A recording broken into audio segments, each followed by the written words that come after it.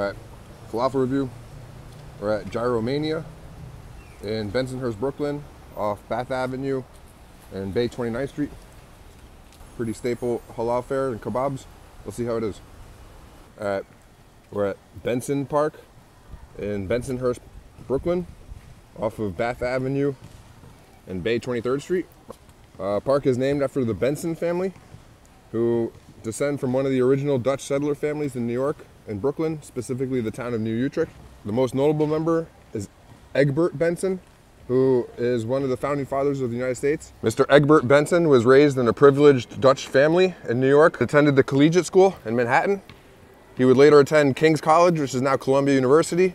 And while a man of his stature had many job prospects upon graduating, he was an avid supporter of the Sons of Liberty movement and devoted his time to activism, which would ultimately become the American Revolution. Mr. Egbert represented New York during the Continental Congress, as well as the Annapolis Convention.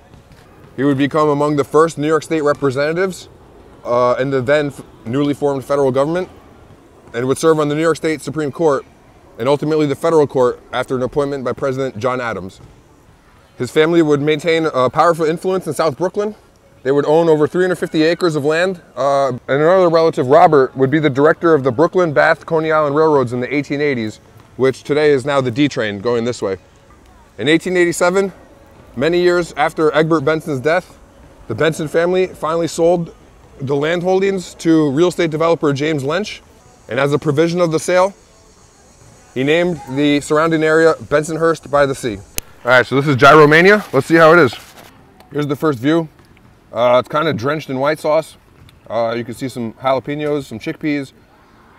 You know, the guy didn't really use a lot of love to make this. You can tell he's just slapping the ingredients together. Kind of gave me an attitude. One bite in, it was basically pita and white sauce. Pita's pretty stale. White sauce pretty heavy. A few bites in, it's okay. I mean, it's kind of a mess, honestly. There's a lot of white sauce everywhere.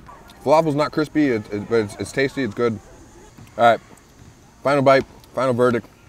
I'm just not really feeling this, honestly. It's lacking TLC. The guy kind of rushed through it, kind of copped an attitude, and so as such is drenched in white sauce. Falafel's pretty good, I'm not gonna lie. Toppings are fine, but you know, I'm not a big fan of the raw onions like this. Whatever, it's a 6.5.